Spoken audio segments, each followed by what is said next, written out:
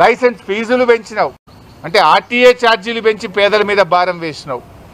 మద్యం ధరలు, బీర్ల ధరలు, విస్కీల ధరలు పెంచిండు కానీ అవ్వాతాతలకు ఇస్తా అన్న 4000 పెన్షన్ అయితే పెంచలే.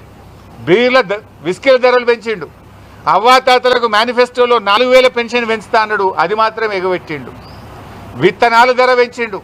జనుము విత్తనాలు, జిలుగు విత్తనాలు, పత్తి విత్తనాలు, రైతులు వాడే విత్తనాల ధరలు పెంచిండు కానీ రైతుకు రుణమాఫీ చేయలేదు.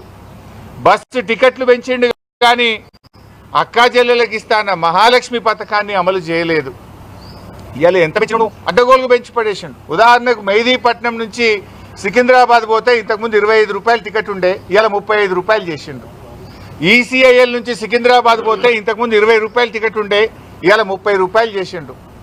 ఇవాళ కామారెడ్డికో, సిద్దిపేటకో, వరంగల్కో, మహబూబ్ నగర్కో, నల్లగొండకో పోవాలంటే టికెట్ పండగ పేరిట డబుల్ త్రిబుల్ ఛార్జీలు వసూలు చేస్తున్నావు. ఇది ఎక్కడి ప్రజాస్వామ్యము?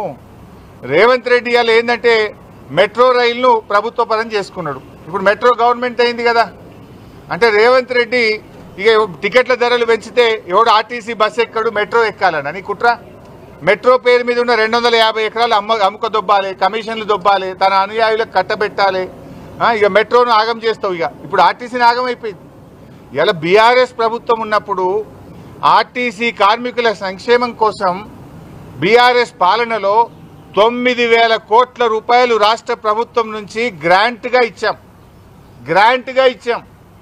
కానీ రేవంత్ రెడ్డి పాలనలో ఏం చేస్తున్నారు? మహాలక్ష్మి డబ్బులు కూడా ఇవ్వట్లేదు. మహాలక్ష్మి కింద నెలకు 330 కోట్లు ఇస్తామన్నారు కదా, ఇప్పుడు 3 నెలలు 4 నెలల బకాయి పడ్డది. మహాలక్ష్మి డబ్బులు కూడా రావడం లేదు. కాగితాల మీద లాభాల్లో ఉందంటున్నారు, కార్మికులకు రావాల్సిన డబ్బులేమో ఇస్తలేరు. రిటైర్మెంట్ డబ్బులు రావట్లే కార్మికులకు రావాల్సినటువంటి పిఎఫ్ బకాయిలు రావడం లేదు, సిసిఎస్ డబ్బులు రావడం లేదు, కార్మికులకు పిఆర్సీ సవరణ రావడం లేదు. కాంగ్రెస్ పార్టీ మేనిఫెస్టోలో ఏం చెప్పింది? కాంగ్రెస్ ప్రభుత్వం అధికారంలో వచ్చిన వెంటనే ఆర్టీసీ కార్మికులను ప్రభుత్వ ఉద్యోగులుగా గుర్తిస్తామన్నారు. నాడు కేసీఆర్ ప్రభుత్వమే కేబినెట్లో ఆమోదం తెలిపింది, జీవో ఇచ్చింది, ప్రభుత్వ ఉద్యోగులుగా ఆర్టీసీ కార్మికులను గుర్తించింది. గెజిట్ నోటిఫికేషన్ ఇవ్వాల్సింది ఇవాళ 2 సంవత్సరాల నుంచి పెండింగ్లో పెట్టి ఆర్టీసీ కార్మికుల ఉసురు పోసుకుంటుంది రేవంత్ రెడ్డి ప్రభుత్వం. ఇవాళ రేవంత్ రెడ్డి పాలన చూస్తుంటే ఆర్టీసీని అమ్మకదో పెట్టట్టున్నాడు.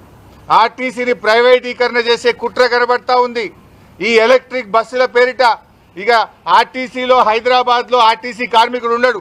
ఎలక్ట్రిక్ బస్సు వస్తే డ్రైవర్ కూడా ప్రైవేటోడే, కండక్టర్ ఉండడు, కార్మికుడు ఉండడు, డిపోలు ఉండయి, అంతా అమ్మకదొప్పుడే. మొత్తంగా ఆర్టీసీని ప్రైవేట్ పరం చేసే కుట్ర చేస్తుంది. ఇవాళ ఆర్టీసీ ఇక లేకుండా కనుమరుగయ్యేటువంటి ప్రమాదం కనబడతా ఉంది. హైదరాబాద్లో ఇలా కమిషన్ల కోసం బడా కాంట్రాక్టర్లకు ఎలక్ట్రిక్ బస్సుల కాంట్రాక్టులు కట్టబెట్టడం కోసం ఈ కుట్రకు నువ్వు తెరలేపినవు. దానికి అందమైన ముసుగు పెడుతున్నావు ఎలక్ట్రిక్ బస్సులని. దాని వెనుక పెద్ద ఎత్తున అవినీతి జరుగుతూ ఉంది. బడా కాంట్రాక్టర్లకు ఎలక్ట్రిక్ బస్సులు కట్టబెట్టే కుట్ర జరుగుతూ ఉంది. ఇవాళ దాంట్లో భాగంగానే ఏం చేస్తుండు? ఎట్లా ఎలక్ట్రిక్ బస్సులే ఆర్టీసీ బస్సులు ఉండేవి కనుక ఉప్పల్ మియాపూర్లో ఉండేటువంటి వర్క్షాప్లను ఇలా అమ్మేస్తుండు రేవంత్ రెడ్డి. ఎన్నో ఏండ్ల చరిత్ర ఉన్న మియాపూర్ వర్క్షాప్, ఉప్పల్ వర్క్షాప్ రెండింటిని అమ్మకానికి పెట్టిండి ఇవాళ రేవంత్ రెడ్డి గారు. ఇవాళ జూబ్లీ బస్టాండ్తో సహా రాష్ట్రంలో ఉండే అనేక బస్టాండ్లను రేవంత్ రెడ్డి ప్రభుత్వం హడ్కోలో కుదబెట్టి 1500 కోట్ల అప్పు తెచ్చిండు. బస్టాండ్లేమో కుదబెడతావు, వర్క్షాప్లేమో అమ్మకదొప్పుతావు, ఇక ఒక్క ఆర్టీసీ బస్సు కొనవు. ఉన్న బస్సులన్నీ ప్రైవేట్ కాంట్రాక్టర్లకు ఇచ్చి కిలోమీటర్కు 59 రూపాయలు కట్టబెట్టే కుట్ర చేస్తూ ఉన్నావు. నువ్వు వచ్చినాక ఒక్క బస్సు కొన్నవా రేవంత్ రెడ్డి? ఒక్క రిక్రూట్మెంట్ చేసినవా రేవంత్ రెడ్డి? బీఆర్ఎస్ ప్రభుత్వం కాంట్రాక్ట్ వ్యవస్థను రద్దు చేసింది. బ్రెడ్ విన్నర్ స్కీమ్ తీసుకొచ్చి కార్మికుల పిల్లలకు ఉద్యోగాలు ఇచ్చింది. పెద్ద ఎత్తున రిక్రూట్మెంట్ చేసింది. 9,000 కోట్లు గ్రాంట్గా ఇచ్చింది. బీఆర్ఎస్ ప్రభుత్వం ఆర్టీసీని నిలబెట్టే ప్రయత్నం చేస్తే రేవంత్ రెడ్డి ఆర్టీసీని కుదబెడుతున్నాడు, అమ్ముకదొబ్బుతున్నాడు. ఇదేనా నువ్వు ఆర్టీసీ పట్ల నీ చిత్తశుద్ధి? ప్రభుత్వ రంగ సంస్థల్ని కాపాడడం అంటే ఇదేనా అని నేను ఈరోజు రేవంత్ రెడ్డి గారి ప్రభుత్వాన్ని అడుగుతా ఉన్నా.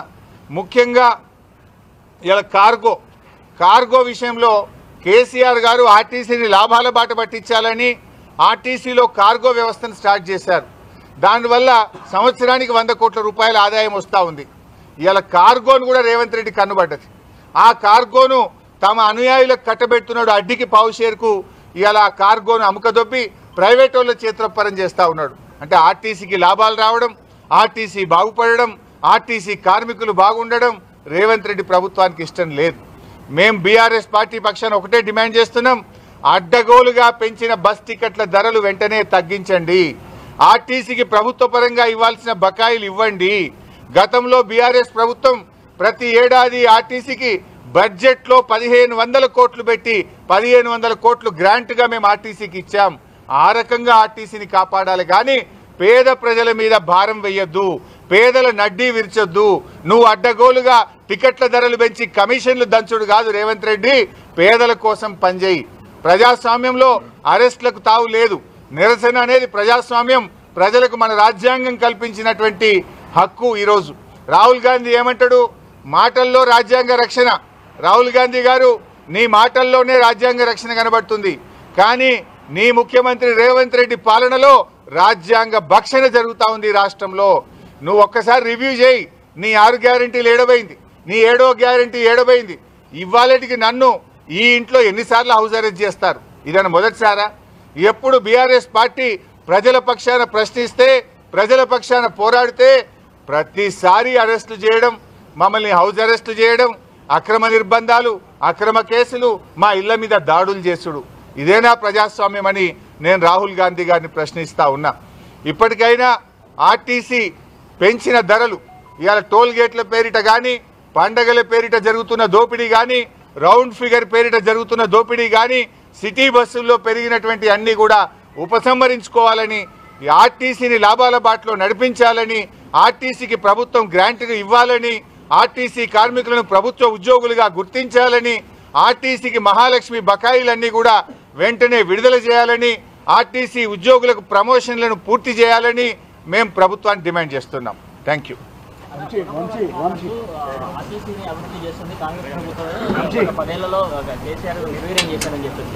గత 10 ఏళ్లలో ఆర్టీసీకి 9,000 కోట్ల రూపాయలు ఇచ్చామని మాజీ ఆర్థిక మంత్రిగా నేను లెక్కలు చెప్తున్నా. నువ్వేమిచ్చినావో చెప్పు. రూపాయి ఇచ్చినావా?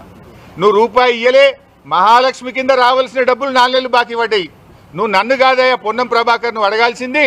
నువ్వు నీ ముఖ్యమంత్రిని నిలదీ, నీ బట్టి విక్రమార్కని నిలదీసి ఆర్టీసీకి గ్రాంట్ అడుగు, ఆర్టీసీకి మహాలక్ష్మి బకాయిలు రూపాయి లేకుండా ఇవ్వమని ప్రశ్నించాల్సింది ముఖ్యమంత్రిని, ఫైనాన్స్ మినిస్టర్ను, నన్ను కాదు.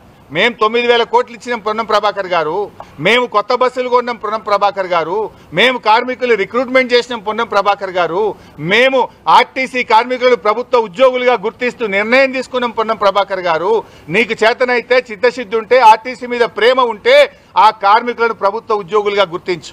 నీకు చిత్తశుద్ధి ఉంటే ముఖ్యమంత్రి అముకదొప్పుతున్నాడు మియాపూర్ వర్క్షాప్ను, అదేవిధంగా ఉప్పల్ వర్క్షాప్ను అడ్డికి పావు షేర్ ఆయన మనుషులకు ముఖ్యమంత్రి కట్టబెడుతుండు. నీకు కార్మికుల మీద, ఆర్టీసీ మీద, ఆర్టీసీ మంత్రిగా ప్రేమ ఉంటే ఆ వర్క్షాప్ల ప్రైవేటీకరణ ఆపాలి పొన్నం ప్రభాకర్. ఇంకెంత వేస్తావు నాయన? ఇప్పటికీ 5 సార్లు పెంచినావు, ఇప్పటికీ 5 సార్లు పెంచినావు. ఏదో ఒక ముసుగు, రౌండ్ ఫిగర్ అని ఒకసారి, టోల్ గేట్ అని ఒకసారి, పండుగలని ఒకసారి, బస్ పాస్లని ఒకసారి, సిటీ బస్సులని ఒకసారి, ఎలక్ట్రిక్ బస్సులని సర్ఛార్జ్ అని ఒకసారి. ఎన్నిసార్లు వేస్తావు? వెనకట 3 పైసలు 5 పైసలు వేస్తేనే పెద్ద పోరాటాలు జరిగేది. నువ్వు ఒకటేసారి డబుల్ చేస్తున్నావు. అంటే ఇదేందా? మహిళలకు ఫ్రీ అంటావు, పిల్లల మీద, పిల్లల బస్ పాస్ల మీద, మగవాళ్ళ మీద డబుల్ వసూలు చేసి ఇదేం ఫ్రీ? ఇంటి సంసారంలో ఉండే పైసలు గవ్వే కదా. ఈ చేయితో ఇస్తున్నావు, ఆ చేయితో గుంజుతున్నావు. తేడా ఏమున్నది? ఎడమ చేతితో ఇచ్చినావు, కుడి చేతితో గుంజుతున్నావు. ఆర్టీసీ ఛార్జీలు తగ్గేదాకా ప్రజల పక్షాన బీఆర్ఎస్ పోరాడుతూనే ఉంటది. వివిధ రూపాల్లో నిరసన కార్యక్రమాలు రూపొందిస్తాం. ఈరోజు ఆర్టీసీ బస్ ఎక్కే, ఆర్టీసీలో ప్రయాణించే ప్రయాణికుల మనోభావాలు కనుక్కుంటాం. ఆర్టీసీ ఎండీని కలిసి తగ్గించమని ప్రజాస్వామ్యయుతంగా కోరుతాం. ప్రభుత్వం దిగి రాకపోతే ప్రజా ఉద్యమాలను మరింత బలోపేతం చేస్తాం, ఉధృతం చేస్తాం.